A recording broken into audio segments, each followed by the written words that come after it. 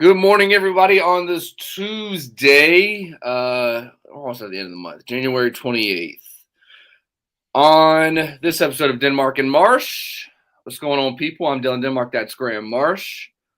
Make sure we're subscribed to the Florida Gators 1010XL YouTube and Facebook channel before we roll on and we talk about the Todd Golden dismissed case of Title IX. The Gator basketball team is continuing to roll before they have a big stretch ahead of them. Tennessee, Auburn the next two Saturdays. Vandy's smushed in the middle. Next week, Florida basketball's got a bye. They don't really have a game until Saturday, which is kind of weird. And then we'll get into Florida's defensive coordinator hire they got from Jacksonville State. Graham, let's jump straight into it. Yesterday, it was right before 12 o'clock. I guess it was the school announced that the Title IX investigation into Todd Golden, there's no evidence that was found regarding the allegations of the sexual exploration and the stalking. Here's my big thing. When it first came out, I have the same opinion as it did when it came out and whenever it was, November, December. Let the facts play out. With things like this, we've seen the Duke lacrosse situation, how that played out. We've seen Sean Oakman, the Baylor football player, when he was trying to be drafted. Somebody alleged him of something, and he wasn't able to, a lot of teams were pulled back, didn't want to draft him.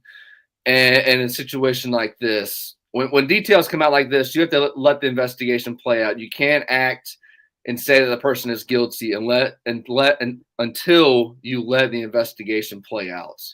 Obviously, there was no evidence that came from it, and now we can move on and we can talk about basketball, and we need to give him an extension sooner than later. That's kind of my overall assumption from everything that happened with Todd Golden yesterday. Well, he's already gotten an extension. He got one before last season. But that's not how the internet works, Tom. Yeah. The internet works as you said it before we hopped on here. The internet works as guilty until proven innocent, right? The internet's like, oh, well, someone accused you of this, and there's an article about it, so it must be true, right? And I saw when kind of everything played out, I saw some people online that were mad at the Alligator for reporting the article. All the Alligator did was report the facts that were given to him. Yeah. Okay. So please explain that, because there's a lot of people that are going to say, can they sue the Alligator? Like Hacker was talking to me about this yesterday. He's like, can they sue this? Can they sue? I don't know anything about that stuff. Like, I took a law of mass communications class. I didn't pay much attention to it. So please explain, like, how this works. Two girls, because you work for the Alligator, two girls accused something of Todd Golden. They report it to the Alligator, and then there's no evidence from it. So how, from that standpoint, does that work now? Well, I would encourage everybody who's asking questions like that to go back and read the story that the Alligator published and to pay close attention to how the Alligator covered that story. Because something I'm taking exception to that I've seen a little bit of, and I'm not saying everybody, just I've seen a little bit of, is if you don't like how the Alligator did stuff, then whatever. I can't make you like something. What I can do is tell you that people today are wanting to paint the picture as if the Alligator and the story and the way they covered the story was presenting misinformation. But that's not the case. All the Alligator did was these women that were part of this Title IX investigation that was private, and it was under wraps by the university. They went to the Alligator and presented them with this knowledge and facts and information. They did that on their own free will. They went to the Alligator and gave them this information. The Alligator didn't ask for it. The Alligator didn't break into the campus overnight and find this information. These women went to the Alligator with the information. Any credible news source, the right thing to do in that situation is report the facts you're given. So I don't believe the Alligator did anything wrong. And I believe, again, all they did was report the facts to which they were given.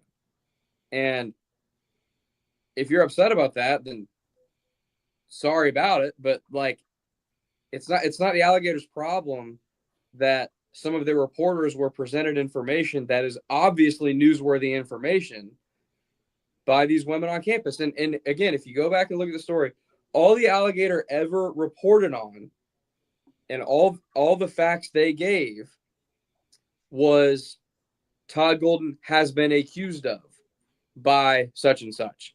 Todd Golden has a Title IX investigation open by the University of Florida. These are facts. They never said Todd Golden did X, Y, and Z. They never said Todd Golden is guilty of X, Y, and Z. They just reported the facts as they were when the story came out back in November, which was, again, that he had been accused of these things, and the women went to the Alligator and explained in detail what specifically they were accusing him of. Sending them Instagram pictures and using the vanish mode and taking pictures of them when they were on campus, blah, blah, blah. Like, the women provided that information to the Alligator. It's not like the Alligator went and, dug up secret files and broke into some cabinet and had all this information, right?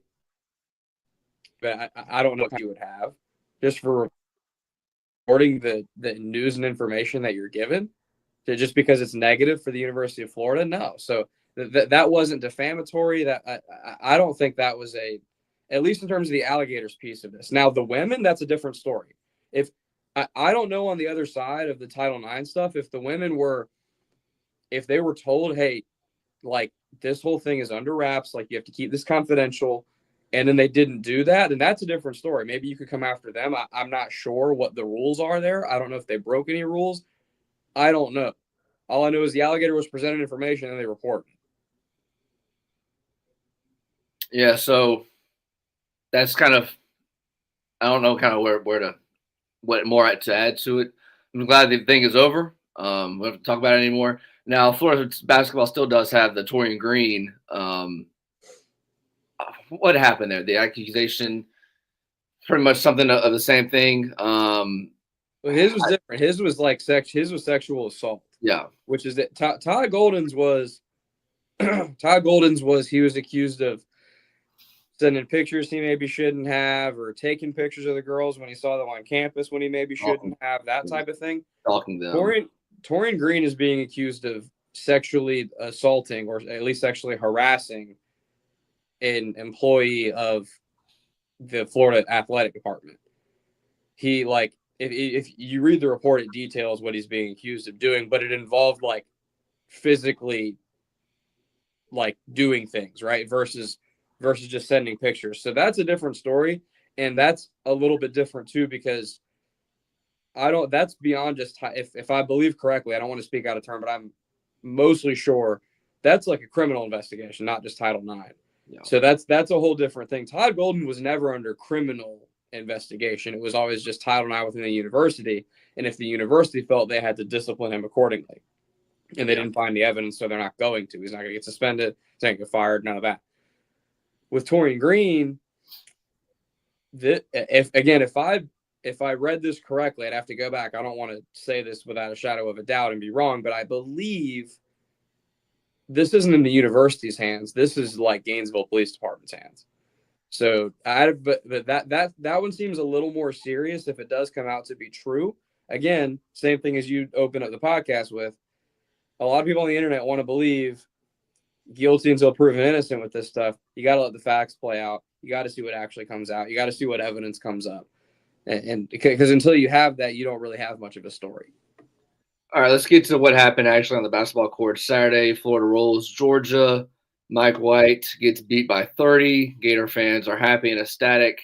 Mike White was like a politician, or nobody was like, he's okay, he's whatever. It was like you either love him and you defend him to the death, or you hate him and you want to see him gone ASAP. And then he ended up leaving, whatever it was, a couple of years ago. Florida ends up getting the guy they won, Todd Golden. We've kind of seen that play out now. Florida hasn't lost to Georgia in quite a few years now. I think it's been 12 consecutive times. The last coach to lose to Georgia was Mike White. Back in 21 or 2020? I believe 21. Yeah, one of those 2 years. But the larger point is Mike White is 0-6 against Florida since he's taken the Georgia job and left us. Todd Golden has not lost to him yet. Yeah. I never had a strong opinion. I mean, Mike White was just Mike White. Like, you were never going to win a championship. You were never going to make the Final Four. He was what he was. He was going to make the tournament, might make the second round if you were lucky, might make a Sweet 16, and that was the kind of coach he was. And I know you have a lot of thoughts on that. That was my kind of opinion on Mike White. You were never going to make, a long postseason run because his team was just always was limited to what they could do on the high end. And I mean, it's kind of, you've seen now Florida, you look up and it's like, okay, they should make the Final Four with this kind of talent. At minimum, the Elite Eight. So Mike White teams were always high floor, low ceiling teams. And basically everyone was kind of in agreement on what he was as a coach and what your general expectations for him could be year in, year out. The big debate among Gator fans when he was the coach was, is that an acceptable level or not? Because a lot of the older Gator fans that remember Gator basketball pre-Billy Donovan remember what it's historically been, which is kind of a meddling program, never been anything special. You have a good year every now and again when kind of all the stars align correctly, and then that's kind of it. Besides that, you may make the tournament, you may not. You may win a game in the tournament, you may not. And then every 5 to 7 years or so, you take your chances. You hope to have an Elite Eight or a Final Four run. With Mike White, it just became every single year, it was just the same exact result.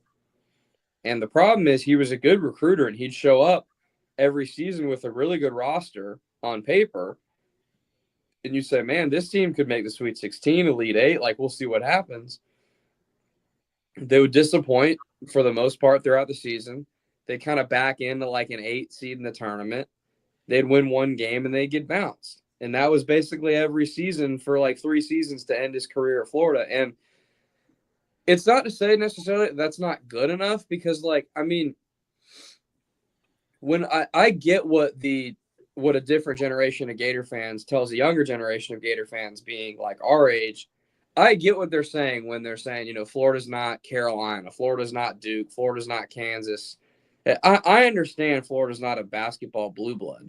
My problem and my counter argument I always had to that was, okay, in 2021, Baylor won the national championship.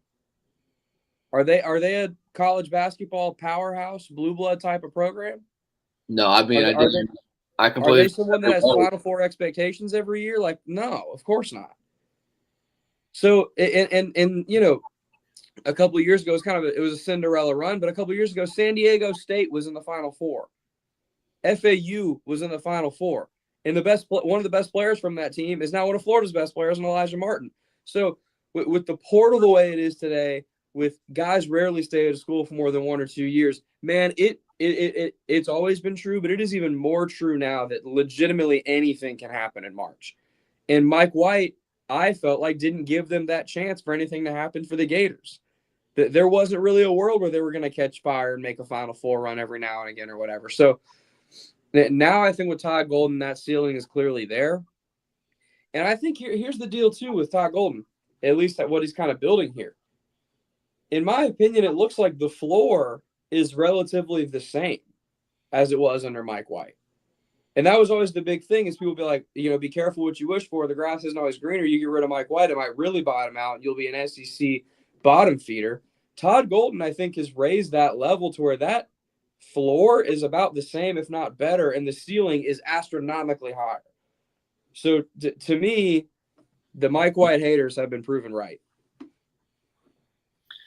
Yes, and now Florida has a really good basketball team. All right, Graham, let's roll with this before we get out of here. Florida hires another defensive coordinator. Vinnie Suneri came from Jacksonville State. The year before, he was a safeties coach at Washington. So he's accepted a co-defensive coordinator position. He's going to be the safeties coach at Florida. This is my only opinion, man. This is stupid. I don't know anything about the guy. Can we name one freaking person as a defensive coordinator? This is not hard. I don't get how we have to name 2 co-defensive coordinators. we're going to continue with the same BS of last year. Billy, who calls the defense? Well, it's a collaborative effort that we come to. No, that's not how jobs work. There's a boss, there's an assistant to that boss, and then there are other people that have jobs below them. But one person says we're going to do this one thing. It's always there's a D coordinator, there's a safeties, a corner, linebacker, D line, and then you can get specific interior D line, inside outside linebackers.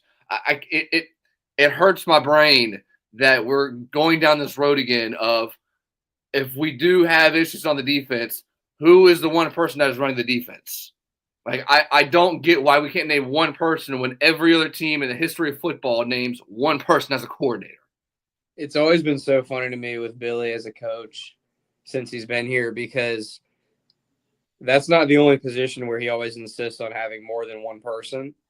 Like he has 2 O-line coaches. He's big on 2 O-line coaches, right? You look at like the Mertz Lagway situation last year. Like he tried his hardest to basically make 2 quarterbacks, right, and have them both play as much as possible. And he had that weird system. Graham Mertz getting hurt saved him from himself, but he had that weird system where Lagway played every 3rd drive. Remember that? And just in general, he always advocates for like putting more people, like getting more cooks in every kitchen. But then when it comes to the offensive play calling, it's got to be him and nobody else. So he wants this democracy for everything he does, except calling plays, and that's got to be a dictatorship. Calling plays. So you're telling me you can have 2 defensive coordinators in a collaborative effort to call plays, but you as the head coach who has 100,000 other things to worry about on game day, you've got to call the plays on offense by yourself, and there's no ifs, ands, or buts about it. You're talking out of both sides of your mouth in that, in my opinion. Yeah, I mean, it gets to a point where, I mean, last year when your defense had so much confusion, you have so many guys running wide open, you need one voice, and you need one person saying, okay, we're going to do this, and then all the assistant coaches following behind this one person. Basically you're letting it say, if you're announcing 2 D coordinators again, you're basically saying these 2 guys are collaborating and they're putting a plan together, but there's one person that should speak. There's one person that should command the defense. So we'll see. I mean, I'm not going to have a high opinion on or, freak out about that that Billy Napier keeps going back to the Sun Belt and getting guys from Jacksonville State or, Louisiana or whatever. I mean, is that not, sorry to cut you off, is that not the whole reason you have position coaches and then a coordinator in the first place? Yes, that's 100% what it is. That's literally the whole point, right? Because you have, like on defense, you've got your DBs coach, your linebackers coach, your D-line coach, and then they answer to one voice. Yes. Right? How it works is all those position coaches spend the vast majority of their time with their position group. Right. And you meet on whatever you meet before practice, you meet on a weekend, you say, okay, here's the plan. One person says it. This is the position coaches go out, they try to execute that plan, and then you play on Saturday. Essentially is how it works. Yeah. But you have 2 people, so it's like, are we going to listen to this guy? Are we listening to that guy more? Like, I don't get it. That was like a couple of years ago, allegedly, when the Jaguars had 2 play callers. They had Doug Pearson calling plays in the first half and Press Taylor calling plays in the second half. It's like, that doesn't work. Like, I've never heard that anywhere else, even in high school football. There's one person doing this. Can I tell you, he would never say this publicly. You'd have to get a couple of beers in him and inject Billy Napier with some truth serum behind closed doors for him to tell you this. But can I tell you the real reason I think he does that? I think it's because I believe that having those 2 gives him an insurance policy if whoever does call the plays, if it's not working out, mid-season or whatever, you can say, well, we've made a change, which is just the other person calls the defense. Yeah. And that's what happened last year. Yeah. Most people believe that. Most people believe that, one guy's not here anymore and the other guy is, and you can make, come up with the opinion that that guy's no longer calling the plays. So, anywho, does Florida play Tennessee or Auburn Saturday? Tennessee. I think Tennessee. Hang on, let me check. I would normally check on my phone, but I'm streaming from my phone. Oh, yeah. I think it is Tennessee. Regardless, Florida's got a tough 3-game stretch ahead of them. Vandy in the middle. Yeah, Tennessee at noon in the great state of Tennessee. I still think Florida has a good chance to win. I do kind of think that the last time they played was a fluke, but we'll see. Go 2-1 these next 3 games. I think that'd be pretty good. Between Tennessee, Vanderbilt, and Auburn? Yeah. Are they all on the road, or is Vandy at home? Vandy's at home. Yeah, Vandy's at home. Yeah. It's 2 weekends. Vandy is a week from today at home on Tuesday. Yeah. Right. Yeah. Okay. Yeah, I agree. You go 2-1. Man, that Auburn Tennessee game, those are going to be hard. Tennessee's going to be pissed. That's going to be one hell of a crowd. But I think you need to go 2-1, and you obviously can't get blown out in either game, which they're too good. I don't think they will, but you need to have one of the two between Tennessee and Auburn, where maybe it goes to overtime, or maybe there's 30 seconds left, you got a chance. That type of thing. That's my expectation. And then the other one, you lose by 5-10. I can. Yeah. All right. I got to roll. Graham, have a good week. And we will talk to y'all at some point next week to recap everything that happened in Florida Gator basketball. Yes, sir.